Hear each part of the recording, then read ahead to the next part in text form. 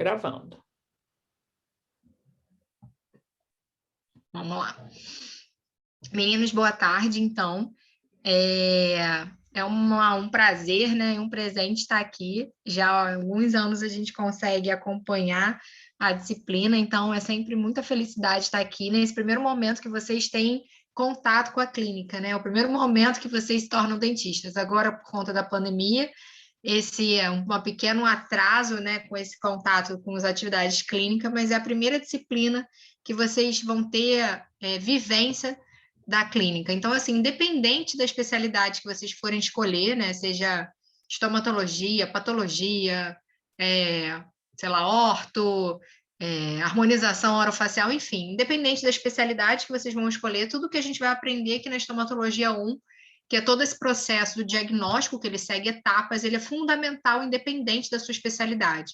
Então, tudo que a gente vai falar durante a disciplina vai ser o básico de um atendimento clínico independente da área que você siga. Lógico que na estomatologia a gente acaba focando um pouco, né, nas lesões, né, acaba sendo o nosso foco em algumas coisas, né, na hora do nosso atendimento, mas vocês vão seguir todas as etapas de um atendimento básico de um paciente que você vai realizar um plano de tratamento. Então, você recebe esse paciente, você realiza a anamnese, você realiza exame físico extraoral, intraoral, exame odontológico, e depois você traça o plano de tratamento desse paciente e direciona para as clínicas que ele precisa ir. Então, para a gente fazer isso, a gente vai ter que lançar mão de alguns instrumentos, e um deles é a anamnese, né, que é o básico que a gente precisa identificar.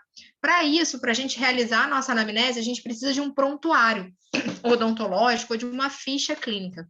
Vocês vão ver lá no nosso código de ética odontológico, né, que a ficha clínica ou prontuário odontológico ele é um documento, né? Vocês estão nesse momento na estomatologia 1.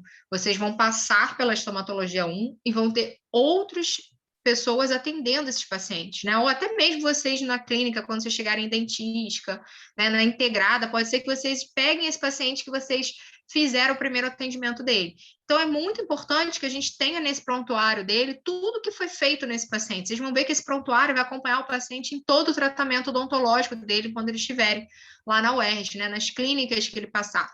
Então, isso também não quer dizer que esse plano de tratamento seja um plano de tratamento fechado, né? Vocês vão fazer um plano de tratamento inicial, pode ser que ao longo do tratamento esse plano de tratamento seja readaptado. Então, nesse primeiro momento, vocês vão aprender como examinar, vão aprender como fazer uma boa anamnese, vão aprender a identificar os materiais restauradores que estão naqueles dentes, se aquele dente está fraturado, né, se aquele dente tem cárie, vão aprender a olhar isso também na radiografia, que vocês já aprenderam na radiologia, mas vão complementar como um exame complementar. Então, tudo isso vai ser feito na disciplina de estomatologia 1.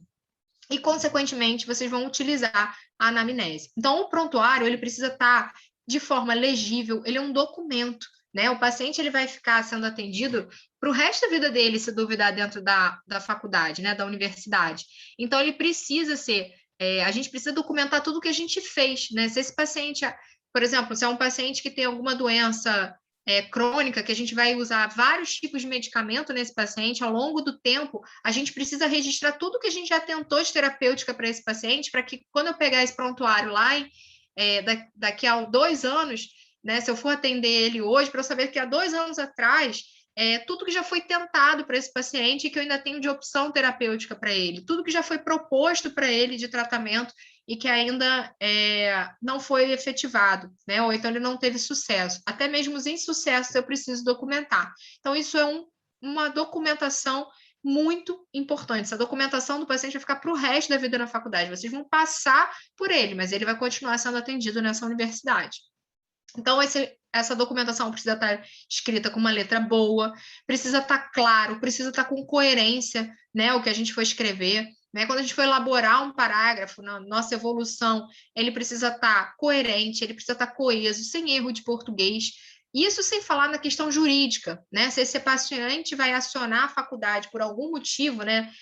Uma insatisfação ou algo que aconteça durante o tratamento odontológico, e ele precisa acionar juridicamente a universidade e, consequentemente, nós, professores e os alunos, ali está tudo que você escreveu, tudo que você documentou, tudo que você fez, a nossa forma de contra-argumentar o que o paciente está alegando, é o nosso único documento que comprova os nossos procedimentos. Então, o prontuário odontológico, a ficha odontológica, ela precisa de tempo para ser elaborada, né? A gente sempre fala isso, assim, não importa se vocês vão atender um paciente, desde que vocês atendam esse paciente com qualidade, né? Que vocês registrem tudo que foi feito nesse paciente, desde anamnese, exame físico, se fez o procedimento, tudo que você fez, tudo que você utilizou. Às vezes o paciente vai ter uma reação ao anestésico. É importante que você coloque qual anestésico que você utilizou, tudo que vocês fizeram nesse paciente, tá? Então, que vocês saibam que existe essa regulamentação no nosso Código de Ética, né, que deixa claro que o prontuário e a ficha clínica é um documento e ela precisa ser preenchida de forma clara, né, de forma coesa, de forma legível, que é a nossa maior documentação, né, para o nosso próprio arquivamento. Então, precisa de dedicação nesse momento, né? Às vezes a gente vê assim, infelizmente as pessoas atendem vários pacientes e deixam para atender a ficha, preencher depois. É óbvio que a gente não vai lembrar tudo que a gente fez num paciente. Se você atende 5 pacientes no dia, ao final do dia você não vai lembrar tudo que você fez. Então, o atendimento ele tem que ser com qualidade, né? Ser preenchido logo após o atendimento. Então, no primeiro momento, a gente vai realizar no paciente um exame clínico. Quando eu chamo de exame clínico, eu estou querendo englobar o quê? Anamnese mais exame físico, sendo ele extraoral e intraoral. Eu só realizei a anamnese. É um exame clínico? Não. Para eu chamar de exame clínico, tem que ser anamnese mais exame físico.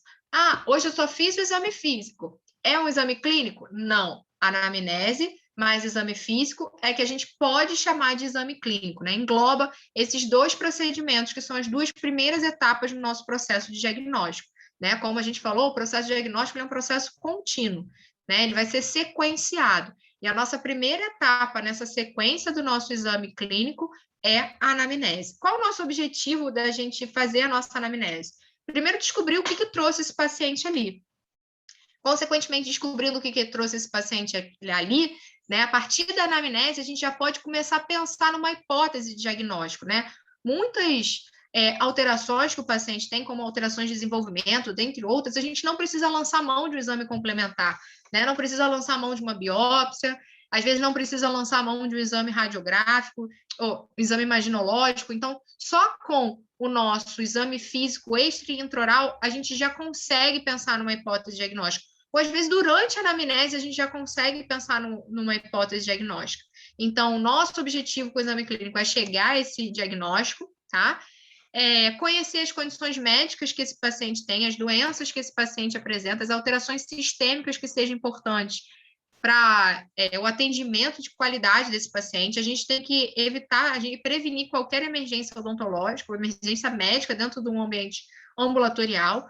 Dentro da universidade, a gente não tem condições de atender um paciente, a gente não tem condições de ter uma emergência, né? A gente não tem estrutura para uma emergência, a gente não tem um desfibrilador, a gente não tem a gente não está num ambiente hospitalar, né, que você consegue pegar um acesso rápido, né, para fazer uma medicação, consegue fazer uma reanimação, né, nesse paciente. Então, a gente tem que evitar qualquer uma dessas emergências médicas dentro do ambiente ambulatorial. Então, isso tudo a gente faz fazendo uma anamnese, sabendo tudo que esse paciente tem de comorbidade, sabendo tudo que esse paciente faz de medicamento, né? Eu vou prevenir se ele vai falar para mim que ele faz uso de se ele tem uma prótese cardíaca, antes de eu planejar um procedimento cirúrgico, eu vou fazer uma profilaxia antibiótica nesse paciente. Se eu sei que ele tem uma condição, às vezes ele é diabético, eu vou programar um melhor horário de atendimento, eu vou fazer um atendimento com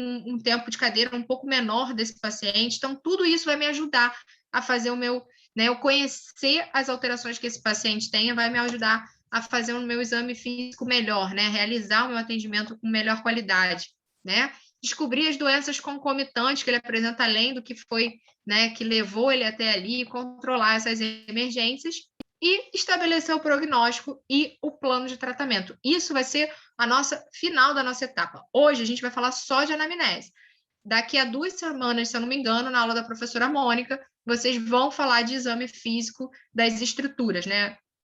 Então, nessa primeira etapa, a gente vai falar só de anamnese, vocês vão começar a se familiarizar com a ficha, tá? Que vocês vão ter contato da estomatologia 1. Então, a ficha é essa aqui, que é o prontuário odontológico. Deixa eu ver se eu boto aqui uma canetinha.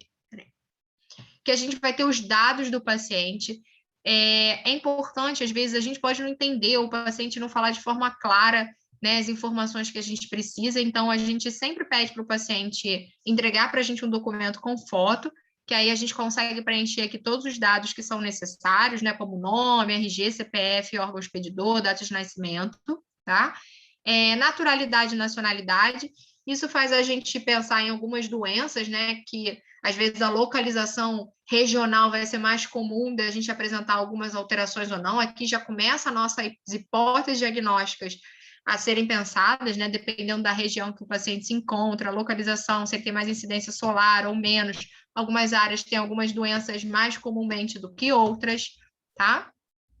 Estado civil faz a gente pensar mais no comportamento de risco, né? Hoje em dia não se fala mais que existe um grupo de risco, sim um comportamento de risco. Profissão e ocupação, eu sempre gosto, né? Aqui tem profissão e ocupação. Eu acho que desses dados, se não me engano, o mais importante aqui da gente pensar na nossa hipótese diagnóstica, porque a gente tem que pensar, às vezes eu posso me encontrar nesse momento, eu posso ser advogada, mas eu posso me encontrar, ou há muitos anos, desde jovem, fazer uma atividade ao ar livre, né? Sei lá, ser pescadora, ou trabalhar numa área rural, né? E se eu fosse uma paciente leucoderma, né, uma paciente branca, desde jovem, se eu tivesse essa incidência solar, né, a chance de eu desenvolver alguma doença que fosse relacionada ao sol, uma desordem oral potencialmente maligna, ou até mesmo um carcinoma, né, que a gente sabe que a radiação ultravioleta é um fator carcinogênico, seria maior. Então, isso tudo faz a gente pensar também nas nossas hipóteses diagnósticas, dependendo da ocupação que esse paciente tenha. Ajuda a gente a pensar nas desordens que esse paciente vai ter, né, nas lesões que esse paciente vai apresentar, mais comumente de acordo com a ocupação que ele apresenta, tá? É muito importante a gente preencher o endereço e o telefone. A gente troca muito de número, né? Os pacientes trocam, eu troco o chip, então a gente perde o contato com esse paciente. Então, às vezes, se a gente precisa rechamar esse paciente, é importante que a gente tenha o endereço, de ter uma forma de ter algum contato com esse paciente, tá? Plano saúde, se ele apresenta ou não, parente ou amigo que a gente consiga também um contato caso dele não funcione. Quem fazia o acompanhamento odontológico dele anteriormente.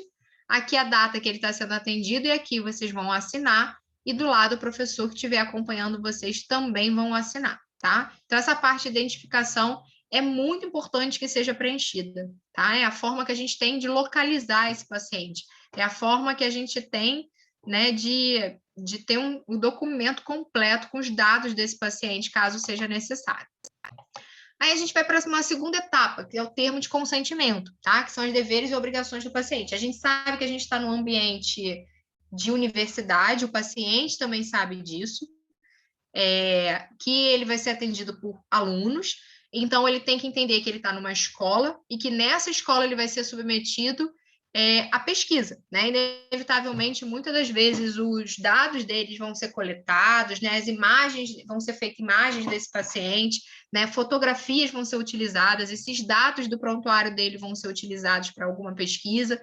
Então é muito importante que o paciente tenha ciência de onde ele se encontra e do que ele vai precisar. E aí entra um outro fator que para a gente é uma condição assim sine qua non, assim, né? O paciente ele é a prioridade no nosso atendimento. Então, em momento algum, a gente vai causar qualquer tipo de constrangimento a esse paciente, tá? Então, caso você perceba, antes você vai... a gente sempre pede para o aluno ler com o paciente. Às vezes o paciente ele não sabe ler, um paciente analfabeto. Então, ele tem que ter ciência do que ele está assinando, tá? Então, se ele não souber também escrever, se ele tiver alguma dificuldade de escrita, nos sinalize, né? Que a gente vai ver uma forma dele assinar, né? Então, a gente vai ler com o paciente e vai explicar para ele, né? Deveres e obrigações do paciente para com a Faculdade de Odontologia da UERJ. Então, a gente vai ler, né, tudo que tiver escrito e vai deixar claro que esse paciente ele vai estar fazendo um tratamento odontológico, né, que vai estar de acordo com o que for proposto para ele pelos professores e pelos alunos, que ele vai ser submetido a exames, diagnóstico, anestesia, cirurgias, tá? E que ele concorda que sejam feitas filmagens, fotografias, né, que está autorizando a divulgação desses dados. Além disso, ali vai estar claro que ele precisa comparecer e que 3 faltas consecutivas ou 4 alternadas ele vai fazer com que ele perca essa matrícula, que é muito difícil. Às vezes o paciente passa anos para conseguir uma vaga para realizar o atendimento odontológico. Vai pedir para datar e para que ele assine, tá? Então, essa parte é muito importante que a gente leia com o paciente.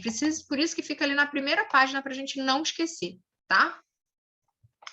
Então, a gente tem a anamnese, a gente vai para a nossa primeira etapa, né? Não deixa de ser já a nossa etapa ali, né? A identificação do paciente já é a nossa anamnese, mas aí a gente vai começar a fazer as nossas perguntas direcionadas para o nosso paciente, né? A anamnese vem dessa palavra de origem grega, né? Que é esse recordar que o paciente vai utilizar.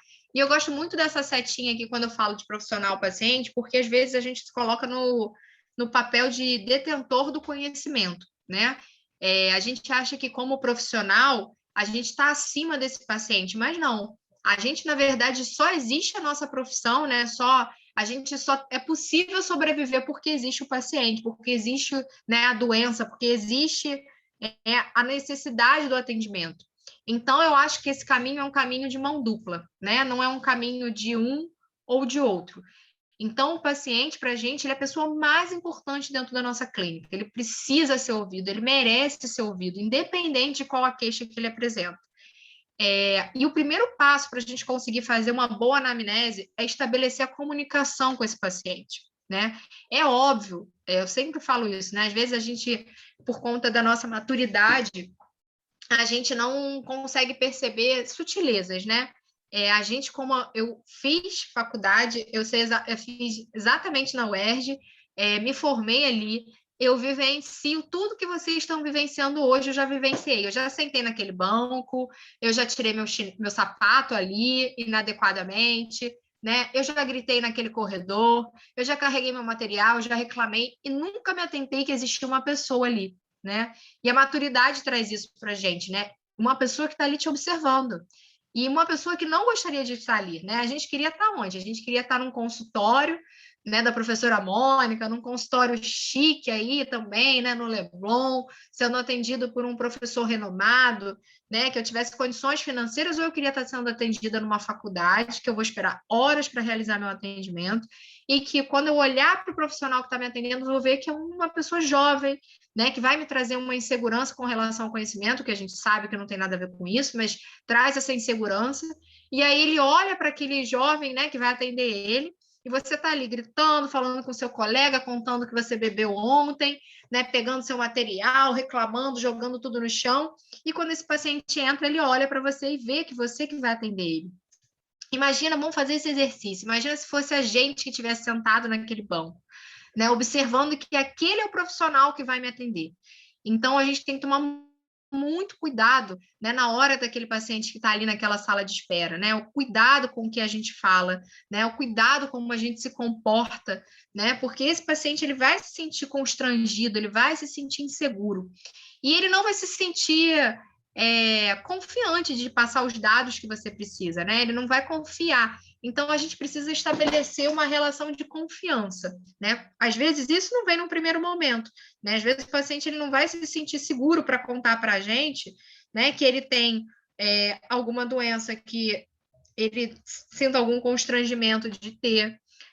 Às vezes, ele não vai se sentir seguro para falar de algo que ele vivenciou na vida dele, que pode ter ocasionado, né, qualquer manifestação oral que esteja ele apresentando, que faça com que ele procure o atendimento, né? Então, assim, é muito sutil esse estabelecimento da comunicação, né? E ele é muito importante. A partir do momento que o paciente confia em você, que você estabelece essa comunicação, você consegue qualquer coisa do paciente. Então, o básico da anamnese é conseguir dialogar. Lógico, a gente sempre fala isso, entre a gente, né? Vocês, a partir de agora, serão cobrados com não mais uma linguajar leigo, né? A gente vai querer que vocês saibam o significado das palavras, né, adequadas para classificar cada coisa que o paciente apresenta, né? Cada alteração que o paciente apresenta, que vocês saibam lesões fundamentais, que vocês saibam onde que vê as manifestações principais das doenças, mas com o paciente vocês podem procurar uma linguagem que seja uma linguagem adequada para que o paciente entenda vocês, né? Não adianta a gente falar difícil com o paciente, que ele não vai conseguir entender a nossa comunicação. Então, o paciente vai ser a pessoa mais importante dentro da nossa clínica, né? E para a gente entender o que ele faz ali. Um outro fator importante também, vocês vão ver que o paciente, muitas das vezes, é um paciente que nunca teve acesso ao tratamento odontológico. Ou se ele teve acesso ao tratamento odontológico, não foi um tratamento odontológico de qualidade. Então, esse paciente ele já não tem paciência, esse paciente ele já tem um receio, ele já tem uma insegurança, né? Às vezes esse paciente já passou por diversos profissionais até chegar à universidade. Então, é importante que a gente tenha paciência, que a gente coloque esse lugar da escuta. Uma outra coisa importante também, não só fora extra-clínica, né, dentro da clínica, o nosso comportamento com esse paciente. Né? Vocês atendem em dupla. Então, o atendimento em dupla é para que a dupla atenda, a dupla está atendendo junto, não é porque um está atendendo e o outro está como auxiliar, quer dizer que aquele ali não está dentro do atendimento, né? O auxiliar ele não vai poder pegar um telefone, ele não vai ficar podendo batendo papo. Imagina, tem uma pessoa ali deitada de boca aberta e a gente falando cada atrocidade. Se coloque no lugar desse paciente, imagina você está deitada e duas pessoas falando da noitada de ontem ou falando, agora não mais porque tem Covid, mas assim, falando de coisas que não cabem ali naquele momento, né? Como você se sentiria ouvindo aquilo, né? É um ser humano que está ali, né? Uma pessoa que está ali, não é um pedaço de papel, não é né? Não tem nada diferente de uma pessoa que está ali escutando a sua conversa. Então, muita atenção nesse momento para que a gente não deixe o paciente em nenhum momento com algum constrangimento, tá? Então, estabelecimento da comunicação e paciente são condições primárias para a gente na nossa disciplina, tá bom? A segunda etapa importante vai ser a verificação da queixa principal. A gente já vai entrar em detalhes dela, mas é o motivo que levou aquele paciente ali, né? O porquê que esse paciente está ali. Então, a gente vai identificar o problema principal desse paciente, tá? Qual é a queixa, qual o motivo de fez ele procurar o atendimento odontológico. Terceira coisa é a história da doença atual, ou a história patológica pregressa. São todas as etapas, desde que ele identificou o problema até ele chegar ali. A queixa principal, a gente vai falar já, ela vai ser nas palavras do paciente. Então, você vai botar entre aspas, você vai botar um SIC, né? Mas a história da doença atual, não. A história da doença atual, o paciente ele vai contar toda a história, desde que ele identificou o problema até ele chegar ao atendimento, e a gente vai escrever de forma cronológica. Tá? A gente vai fazer um parágrafo coeso, coerente, não vamos jogar palavras, descrevendo tudo que o paciente vivenciou de forma cronológica. A gente vai fazer uma investigação de todas as doenças, de tudo que o paciente já fez, né, de cirurgia, de tudo que o paciente já fez de procedimento odontológico, de procedimento médico, para a gente, como a gente já falou, né, evitar qualquer tipo de emergência, para a gente saber o que a gente pode prescrever, saber se esse paciente é alérgico ao medicamento. Se eu sei que ele é alérgico à penicilina, eu não vou fazer uma profilaxia antibiótica com penicilina, né? Eu não vou fazer no meu transoperatório se ele é alérgico a dipirona, uma dipirona, tá? E por último, a última etapa desse processo, após a anamnese, é o exame físico extra e intraoral, que a gente não vai falar na aula de hoje, tá? Então, passou a identificação, a primeira pergunta que vai aparecer na nossa anamnese é a queixa principal. Então, a queixa principal é a razão que levou o paciente à clínica. Então, assim, a queixa principal pode ser a coisa mais esdrúxula do mundo. O paciente pode falar a maior bobagem, mas a gente vai escrever nas palavras do paciente. Ah, eu tenho uma panela na boca. Ah, eu tenho uma bola. Ah, enfim, não importa o que o paciente fale. Essa é a queixa dele. Esse é o motivo que levou ele a procurar a gente. Quer dizer que esse é o maior problema que ele tenha na cavidade oral? Não, né? Às vezes, durante o nosso atendimento, né, a gente vai lá, vai identificar a queixa principal desse paciente, né? Durante o exame físico extra ou intraoral, a gente pode identificar um problema que seja muito mais importante do que a razão que fez com que esse paciente procurasse, né? Às vezes, esse paciente ele procurou o atendimento porque ele tem um aumento de volume em alguma região, mas quando a gente vai fazer um exame físico intraoral, a gente vê um tumor maligno, né? Um carcinoma de células escamosas. Então, não necessariamente a queixa do paciente é o maior problema que ele tem. E aí vai fazer com que o quê? A gente mude o nosso plano de tratamento. Óbvio, né? Nosso plano de tratamento sempre vai ser direcionado para o problema maior do paciente do menor. Se eu tenho um procedimento cirúrgico para fazer, se eu tenho um tratamento endodôntico para fazer, né? Isso tudo vai ser um tratamento periodontal, uma terapia periodontal, né? Então, tudo isso vai ser mais importante, vai seguindo uma sequência até a gente chegar a uma restauração que não seja tão profunda, tá? Então, a gente vai fazendo a nossa sequência de plano de tratamento de acordo com o que ele vai ter de mais importante, tá? Nossa segunda pergunta na nossa ficha de anamnese é a evolução da doença atual. Vocês vão ver que tem umas 2 linhas ali, 2 ou 3 linhas grandes para você escrever. Então, o que é isso?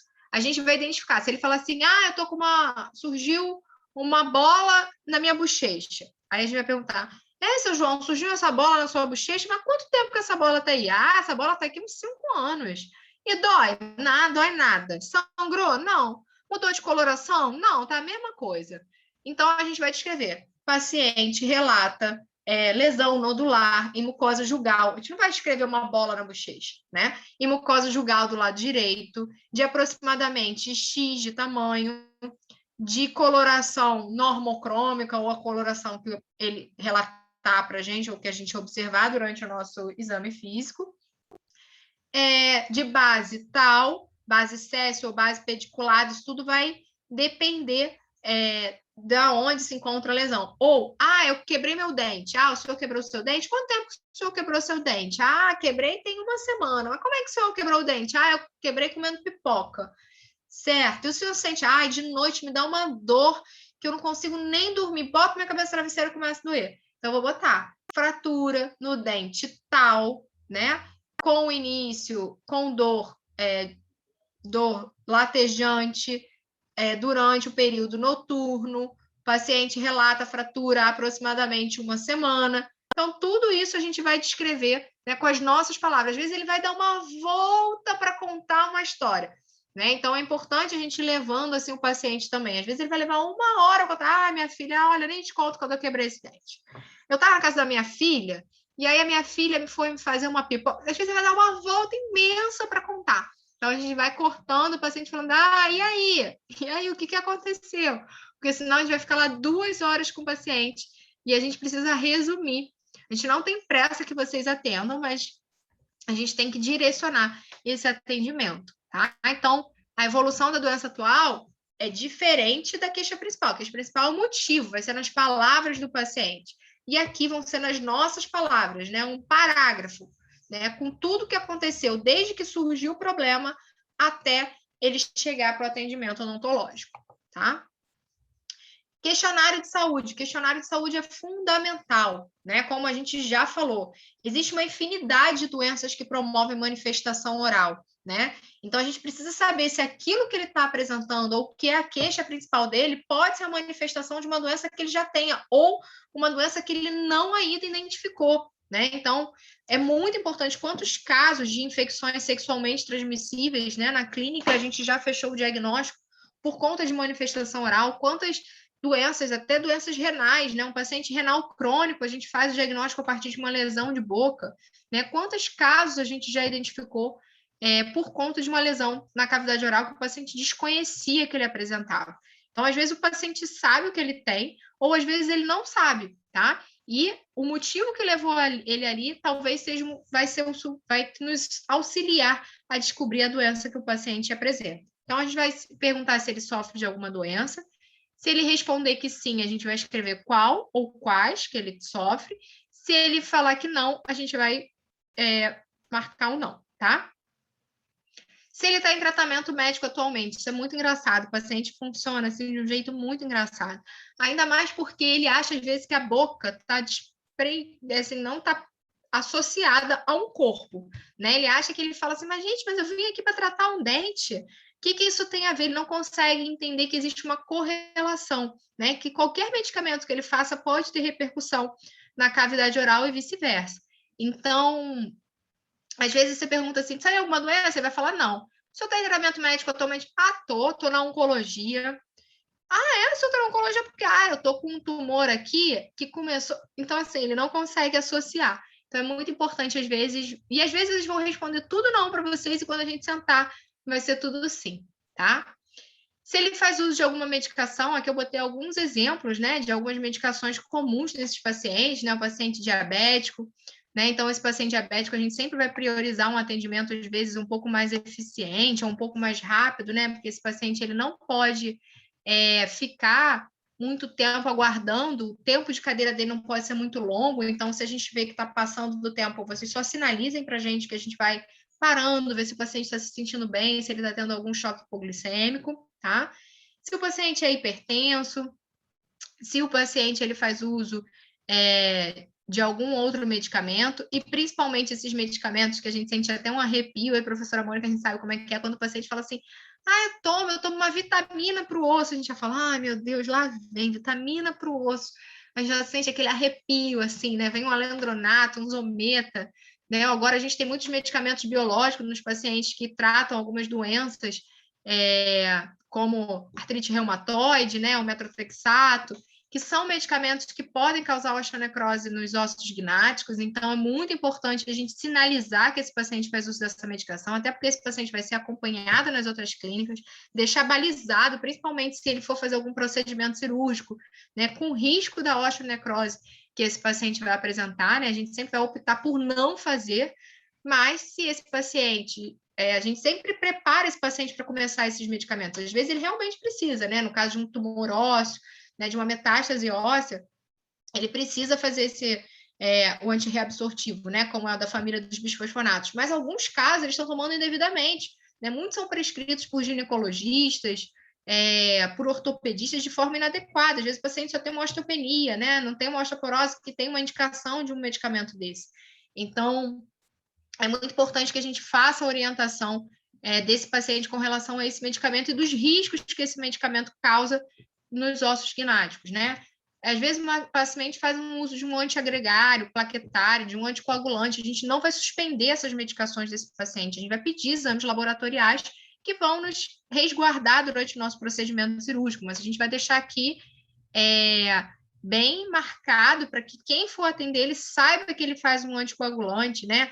Que decida se vai pedir um exame laboratorial, um NR, um tempo de protrombina, né, um TTP, um TAP, para saber se ele tem condição de fazer aquele procedimento cirúrgico, né, se a gente está com segurança, ou se a gente precisa pedir um parecer para o médico que acompanha esse paciente, tá? Então, é muito, para o cardiologista principalmente, então é muito importante que a gente coloque tudo aqui que o paciente faz medicamento. E se ele tiver um médico que sempre o acompanha, a gente vai colocar o nome e o telefone desse médico. Alergia, às vezes o paciente vai falar 1000 alergias. Eu tenho alergia a poeira, eu tenho alergia a abelha, eu tenho alergia a picada de mosquito. Lógico que a gente vai ouvir, mas a gente vai direcionar. O que a gente tem que saber se o paciente tem alergia? Algum medicamento, exatamente para a gente não prescrever esse medicamento, nem no transoperatório, nem no pré e nem no pós-operatório. Se o paciente já foi submetido a algum procedimento cirúrgico, né? Se ele já foi operado. Às vezes ele diz que ele não tem nenhuma doença. Aí você pergunta, se já foi operado? Já. Fiz 3 cirurgias, minha filha, tive 3 cânceres. Aí você fala, mas não perguntei ao senhor se tinha feito. Então, são redundantes, mas pode ter certeza que aqui a gente vai descobrir se esses procedimentos cirúrgicos, né, que vai estar relacionados à anestesia, se eles tiveram alguma intercorrência, se o paciente teve uma lipotímia, uma síncope, né, se ele vomitou, se ele teve náusea, se ele teve algo que fosse fora de uma normalidade, tá? Então, a gente vai colocar aqui qual foi o motivo dele ter sido operado. Se ele ficou internado por algum motivo, né, se ele sofreu alguma internação hospitalar, né, se foi só para o procedimento cirúrgico, ou se ele teve algum quadro infeccioso que fez com que ele fosse internado, né? Isso já vai ajudar a gente a pensar numa imunossupressão, pensar em algum motivo de ter levado essa internação que tem a ver com a queixa que ele apresenta ali. Se ele tem algum problema na cicatrização, né? Se a cicatrização dele é boa, se a cicatrização dele é normal, vai perguntar, senhor, quando se corta, como é que é a cicatrização do senhor? Ele vai falar, minha filha, é horrível, horrível aqui, ó. Aí vai mostrar lá a cicatriz, às vezes vocês vão levantar a roupa para te mostrar a cicatriz. Então, assim, muita paciência nesse processo, tá? Se ele teve algum problema de hemorragia, né? Se ele teve algum sangramento, às vezes ele não vai saber o que significa essa palavra, ele vai falar, o senhor teve algum sangramento, algum lugar que sangrasse demais, que não parasse, né? Se ele não souber o que significa a palavra, a gente sempre vai direcionar. Isso muito, principalmente se ele falar se ele faz algum uso de algum anticoagulante, né? Então a gente vai estar vai mais do que nunca pedir um exame laboratorial para a gente ver se ele tem alguma disfunção plaquetária, né, que justifique esse sangramento, se ele faz uso de algum medicamento, alguma doença que justifique esse sangramento, tá? E aqui vão ter veio mastigadinho para vocês perguntarem de todas as doenças que o paciente apresenta. Então, quero que vocês estudem o que é a febre reumática, tá?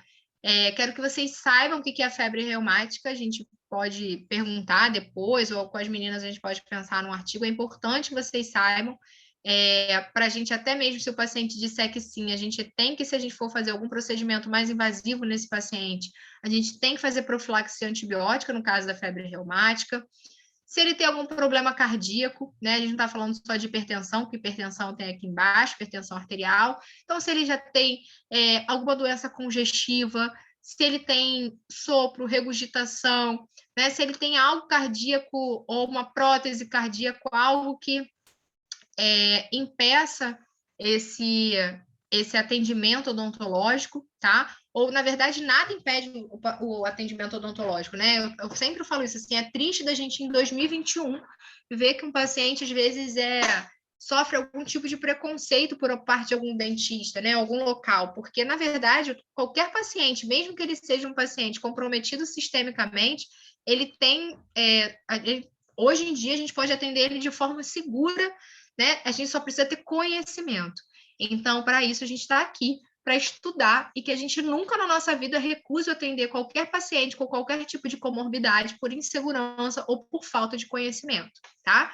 Então, se ele tem algum problema renal, se ele falar para mim que sim, eu já vou pensar qual medicamento que eu posso prescrever para esse paciente ou não, para não sobrecarregar esse rim, algum tipo de anti-inflamatório eu não vou poder prescrever, né? Se eu posso fazer uso de qual anestésico, né? Quanto de que eu vou dar para esse paciente, quanto de tubetes eu vou utilizar.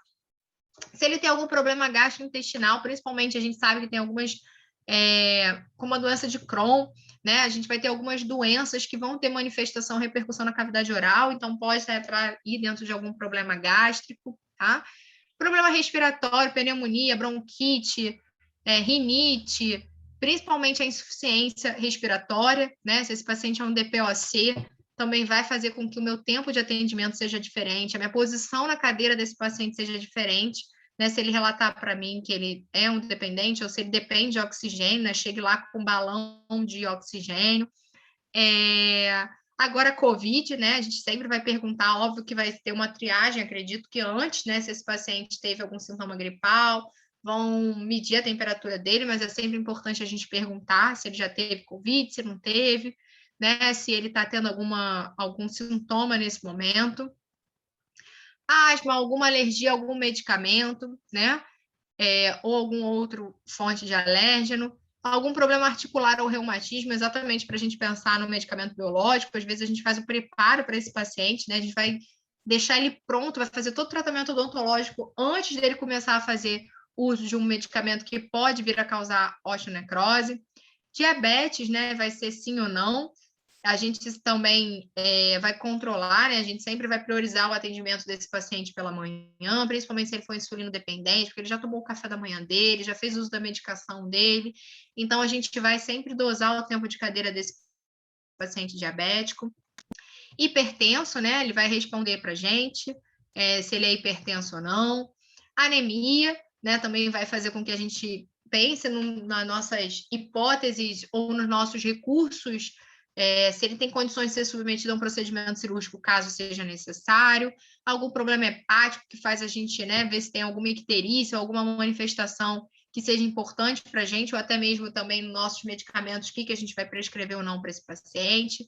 Hepatite, sífilis, né, a gente tem uma infinidade de casos diagnosticados de manifestação oral da sífilis, né, na cavidade oral, que a gente tem de diagnóstico, principalmente na nossa clínica de estomatologia de casos clínicos. Se o paciente é portador do vírus HIV, como a gente sabe, não necessariamente ele tem a doença, ele pode ter o vírus e não ter a doença. Hoje a gente sabe que a maioria dos pacientes, eles fazem uso de medicamentos que fazem com que a carga viral dele seja zero, né? Então, tem um controle da doença, então não necessariamente ele tem a doença, mas ele tem um vírus. Muitos vão responder que não, né? Talvez eu também respondesse, né? A gente pode sentir algum tipo de constrangimento num primeiro momento. Às vezes o paciente, a gente tem que tratar todos os pacientes de forma igualitária, até porque os pacientes na anamnese, eles podem mentir, então a gente não sabe qual paciente, e nossa biossegurança tem que ser a mesma para todos os tipos de paciente, tá? Se o paciente tem tuberculose, se ele tem alguma disfunção hormonal, se ele já teve herpes aqui, principalmente, né? Se a gente estiver falando de um herpes recorrente, herpes labial, do vírus, no herpes do vírus herpes simples, né? Vírus dos herpes simples, ó. Se ele tem algum afta recorrente, se ele já teve algum quadro de desmaio, né? Isso tudo é importante para a gente. Se ele tem epilepsia, se ele tiver, a gente vai perguntar, né? Já vai ter respondido qual medicamento que ele faz. A gente sabe que tem alguns medicamentos para controle de crises epiléticas que podem causar uma hiperplasia gengival. Se ele tem algum distúrbio neurológico, né, importante para a gente, se ele apresenta algum tipo de tumor, a gente também vai perguntar a esse paciente se ele já teve algum tipo de tumor, se ele se encontra. Se ele já teve algum quadro de endocardite bacteriana, agora, na verdade, aqui, né, a gente já chama até de endocardite infecciosa, que está mais antigo, né, que a gente sabe que não só a bactéria pode ser responsável pelos quadros de endocardite, outros micro-organismos também estão associados ao quadro de endocardite, então a gente vai perguntar a esse paciente se ele já teve algum episódio de endocardite, vai fazer com que a gente planeje também uma profilaxia antibiótica para esse paciente antes de um atendimento um pouco mais invasivo. E problema hepático, a vida inteira ele está repetido. Não sei porquê, desde a minha época ele é repetido. Tá? Essa ficha é uma ficha da faculdade, não é uma ficha que a gente elaborou, então a gente não tem muita autonomia sobre ela. Observações, ainda depois de tudo isso que a gente perguntou, se a gente tiver alguma observação para fazer, a gente vai perguntar ao paciente se tem alguma doença que a gente não tenha mencionado, pode ser que tenha, né? Algo que não estava nessa listagem dentro da ficha clínica. Então, a gente vai perguntar ao paciente se ele já teve, né? Algo que passou batido, né?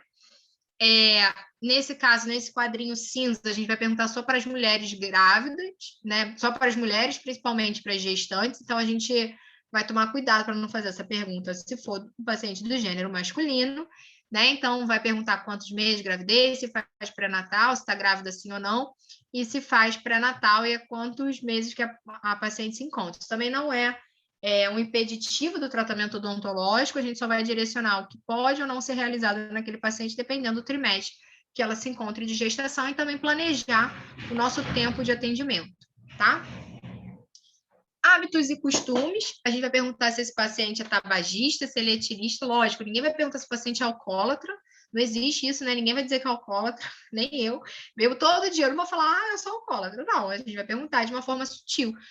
O senhor bebe? Ele vai falar, bebo. Com que frequência que o senhor bebe? Eu bebo todo dia uma pinga. Então, a gente já pode botar aqui que sim, né? Mas a gente vai perguntar isso de uma forma sutil para esse paciente. A mesma coisa se ele é tabagista. Por que essas informações são tão importantes para a gente? A gente sabe que o tumor maligno mais comum na cavidade oral é o carcinoma de células escamosas, que está associado a fatores etiológicos, dentre eles o tabagismo e o etilismo, né? E principalmente a sinergia de ambos faz com que a chance de desenvolver o tumor seja maior ainda, aumenta em 15 vezes, se eu não me engano, a chance de desenvolvimento do tumor, quando a gente tem os dois fatores de riscos associados. Então, tatuagem, piercing, né, antigamente era considerado um grupo de risco, hoje é um comportamento, né, não quer dizer, mas a gente sabe que isso evoluiu muito, né, os estúdios, eles têm todos, a maioria seguem todos os cuidados, mas esse paciente pode, né, não só a gente está falando do vírus HIV, como da hepatite C, tá? Então, a gente vai perguntar se é fumante, se é tabagista, se ele usa algum tipo de droga, né, a gente sabe que alguns tipos de droga pode afetar durante nossa anestesia desse paciente, não vai ser feita da mesma forma se ele tiver ingerido uma cocaína, um êxtase, né? Então é importante que a gente faça, ou até mesmo que a manifestação oral que ele apresente pode ser ocasionada por algum tipo dessas drogas que ele faz uso, tá? E antecedentes familiares. E aí a gente vai perguntar se ele tem alguém doente da família, qual é a doença, né? Se houve algum falecimento recente, agora também muito cuidado nesse momento, né? Assim, agora, graças a Deus, quando vocês voltarem para a clínica, a pandemia já vai estar melhor, que, né, assim, somos poucos os privilegiados que nessa pergunta a gente pode responder que não, né? Então, a gente vai perguntar se existe alguém da família. A gente sabe que algumas doenças são hereditárias, né? Tem um fator genético associado, então a gente vai perguntar alguns tipos de câncer são assim, né? Alguns tipos de tumores, diabetes, né? Doenças cardiovasculares, né? Alguns problemas renais, então a gente vai perguntar a esse paciente, né? A gente entra aí, algumas disfunções estão relacionadas. Então, a gente vai perguntar sim ou não para a gente já orientar esse paciente. Olha, se é uma mulher que tem uma mãe que teve um tumor de mama, uma avó que teve um tumor de mama, a gente vai falar, a senhora faz acompanhamento, né, com uma mastologista, é importante que a senhora faça o controle, né? A chance de você ter é uma chance maior, né? Isso não quer dizer que vai acontecer. Então, a gente precisa orientar esse paciente com relação a importância desse acompanhamento médico, né? Somos profissionais de saúde, né? Como estou falando, a gente não está ali só para cuidar da boca, a gente está ali, né, para orientar o paciente em tudo que for necessário. E aí a gente chega na nossa parte odontológica, a gente vai perguntar quando que foi a última vez que ele foi atendido, quando vocês voltarem, vocês vão cair para trás, né? Porque os pacientes provavelmente estão todos sem atendimento odontológico, então a gente vai perguntar quando que foi a última vez que ele fez tratamento odontológico, né? Se esse tratamento odontológico foi completo ou incompleto. Se ele teve alguma experiência negativa nesse tratamento odontológico, vocês vão ver que a grande maioria dos pacientes que a gente atende, que são socialmente, com uma condição social baixa, infelizmente, eles têm experiências negativas no tratamento odontológico, né? Não procuraram lugares que eles fossem atendidos de forma com qualidade, né? Então, a maioria vai responder que sim, e a gente precisa mudar esse panorama, né? A nossa função é essa. Né? Então, vai perguntar se ele tem algum tipo de halitose, né? Se ele não entender, a gente vai falar que é um cheiro ruim, um mau hálito. Se ele tem algum hábito, né? Aqui a gente fala não só de hábitos parafuncionais, né? Como ranger os dentes, apertamento, bruxismo, como roer unha, respirar, morder caneta, ou algum outro que ele tenha. Os pacientes têm os hábitos mais estranhos que vocês possam imaginar. Eu lembro da minha época da especialização, eu atendi uma paciente que tinha uma lesão em palato, e era uma lesão que parecia uma queimadura. E eu fiz todas as perguntas, ela não fazia uso de nenhuma medicação, ela não tinha nenhuma comorbidade. Eu ficava, gente, não é possível. Como é que essa lesão está nesse palato? E aí depois deu muito virar a paciente do avesso, perguntar tudo que era possível. Ela falou, eu tenho uma mania, serve? Aí eu, qual a mania que a senhora tem? Eu gosto de apagar o fósforo na boca. E por isso que ela tinha aquela lesão no palato. Então, assim, as coisas mais inimagináveis a gente vai ouvir.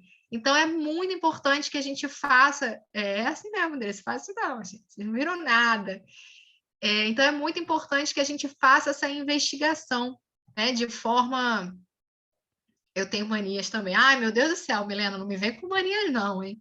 Nada de mania esquisita. Como profissional de saúde, corta essas manias, pode ter mania de nada. Só de estudar.